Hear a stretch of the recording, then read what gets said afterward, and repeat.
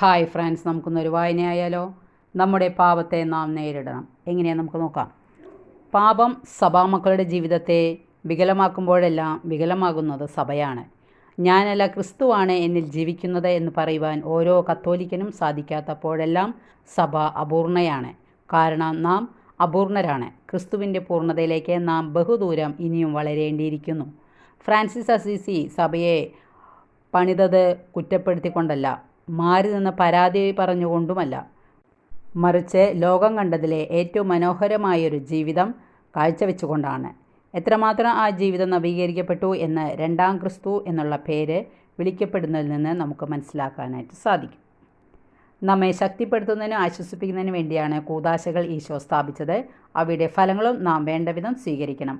യഥാർത്ഥ അനുതാപം തീർച്ചയായും നമ്മെ ദൈവത്തിനു മുമ്പിൽ ശ്രേഷ്ഠരാക്കുകയുള്ളൂ. വചനം ഇഷ്ടപ്പെട്ടെങ്കിൽ ലൈക്ക് ചെയ്യുക. താങ്ക്